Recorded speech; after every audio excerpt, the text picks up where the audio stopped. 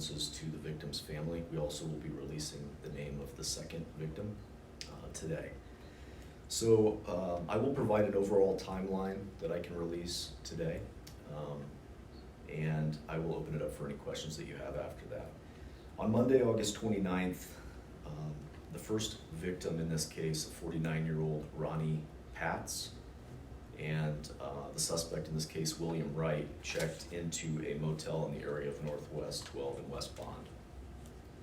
We believe that Mr. Patz was killed sometime between 2:30 p.m. and 8:30 p.m. that same day.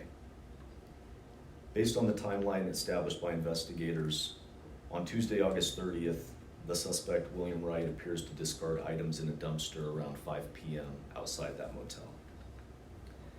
Ultimately, later in the day, William Wright was led to an area where the second victim in this case, Ronald George, was around 9 p.m. On Wednesday, August 31st, at about 2 a.m., Ronald George was found deceased near the area of 3rd and P Streets. And as we put together a timeline, around 4 a.m., a refuse company picks up items from that dumpster outside of the motel at Northwest 12 and West Bond and takes it to our local landfill. After we determined that information, we contacted Lincoln Transit Utilities and made them aware, and landfill representatives identified and isolated that area around 5 a.m. on Thursday, September 1st. An autopsy began for the human remains located outside of the local motel at about 11 a.m. that same day. As I mentioned in a previous press conference, at that time we weren't able to identify the victim because the body was not conducive to do so at that time. Our investigators had to think outside of the proverbial box and do some other attempts to locate and determine the identity of the first victim. On Friday, September 2nd, a DNA familial similarity attempt from a biological family member was sent to the state lab. Ultimately, that DNA similarity profiles had to be sent to an outside lab. On Monday, September 5th, that DNA similarity match returned. It was a match for a biological family member, and we reached out to Mr. Patz's family, making them aware of the investigation. On Tuesday, September 6th, the search of the landfill began in the morning, and you're going to see several members of our crime scene investigators outside that landfill working to systematically go through the items to locate items of interest for us in this case. Again, I want to extend my condolences to the family of Ronnie Patz. I also want you to please respect their privacy during this time. I do not have an idea of how long we are going to be out at the landfill. Those processes are very slow and tedious. I will say that I am very appreciative of all the work that landfill employees have done, all the way from the director of LTU, Elizabeth Elliott, and all of her staff. They've bent over backwards helping us and aiding us in any way necessary to help us search this. We do have security for that crime scene out there, and we please ask that the public don't try to meander out there to get a glimpse. That's all the information that I have today. Certainly I'll answer any questions that you may have. Can you start by spelling the victim's name?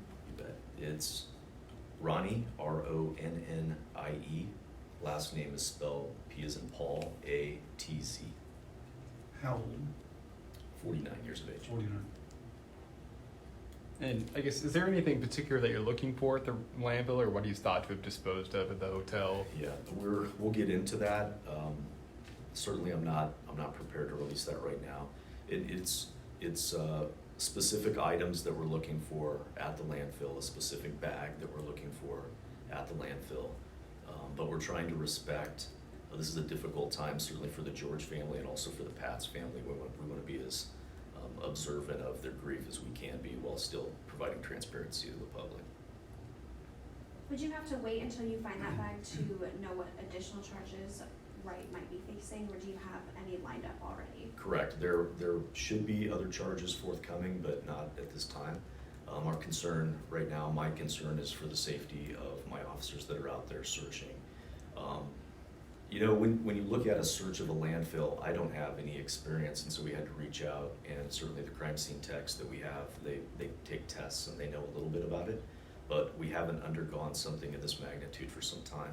So just the simple things of having LTU employees change the road and fence off the areas to obtain things like puncture-resistant boots and gloves and come up with a plan to search this area, it took a little bit of time to put that together. So that's why you see the landfill, really identifying that area Thursday, but not being able to search it until Tuesday morning.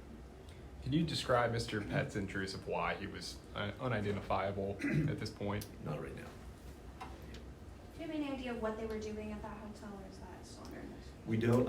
I think that the timeline that we have is pretty good, starting at when they checked into the hotel that morning. But certainly if anybody knows of the relationship or saw them in the time preceding, so the early morning hours of Monday the 29th or even Sunday the 28th, we'd like to hear from them. And they can reach out to us directly at 402-441-6000. They can also contact us at Crime Stoppers at 402-475-3600. I think as of Friday, Mr. Pat's death was just suspicious. Is he officially a homicide victim at this point? We're still investigating it as a homicide. A variety of information gleaned during the investigative efforts by multiple members of my criminal investigations team leads us down that track. We don't want to make those assumptions yet, but everything that we have gathered right now is leading us to believe that it's a homicide. And while Mr. Wright hasn't been charged, I guess you guys have kind of openly linked him to Pat's death, which is not kind of a standard thing unless you're pretty sure of it. So is he thought to have killed Mr. Pat's? He is the main and only person of interest.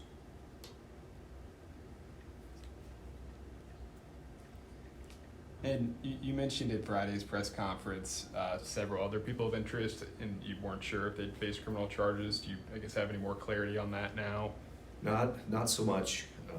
We're not closing the book on any of these things right now. My focus right now is this operation that is certainly important to the family, and the safety of my investigators are in the forefront of my mind. And then I also want to respect the investigative process as we go forward. So the focus is not negatively impacting the landfill operations while also getting to the root cause of certain reasons why we're out there. So we'll discuss that when things slow down a little bit, but right now that's not my priority. Is Mr. Pat's from Lincoln? He's a Lincoln resident, yes. What is the size of that investigation that's going on at landfill? How many officers and what maybe agencies? I know LTU is out there and you guys are assisting in that effort. Yep. LTU is a key member because that's the area that they maintain. The operations that they have at the landfill are very regimented, so they were able to isolate and contain that area very quickly. We have members of our crime scene investigation unit and members of the criminal investigations team that are out there. Lincoln Fire and Rescue is out there as well, helping us with decontamination procedures for the people that are actively searching. And then we also have members of Lancaster County Sheriff and Nebraska State Patrol that are assisting the crime scene investigators as well. We all work together and train together, and so they've committed resources to this, and I very much appreciate that. Did you guys recover any weapons at the motel, or is that among the things that you might be looking for? No weapons were recovered at the motel. If you remember back to the other press conferences, a weapon was located at the scene of Ronald George's murder. We also located other tools or weapons, depending on how you want to look at it, that were off-site at a different location that were discarded in a dumpster, but we don't have any weapons that we secured there at the motel.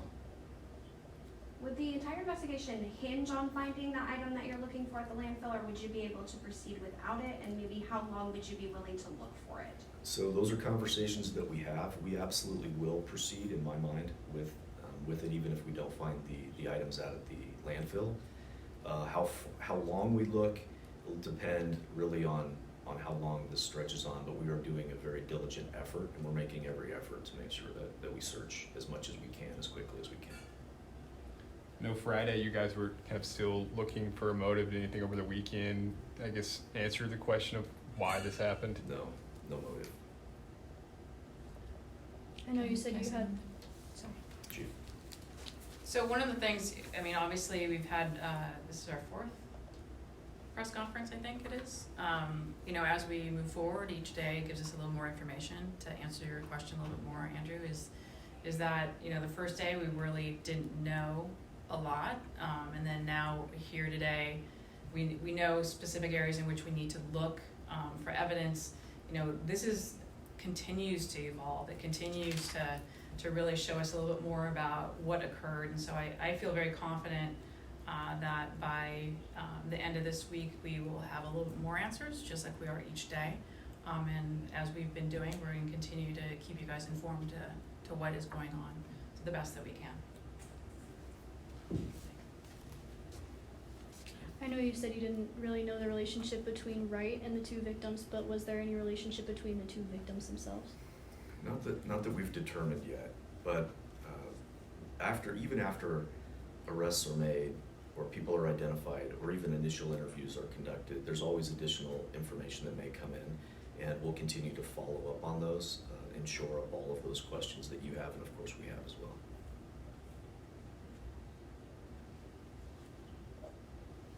Any questions? I thank you very much for your time. Thanks, everybody. Thank you.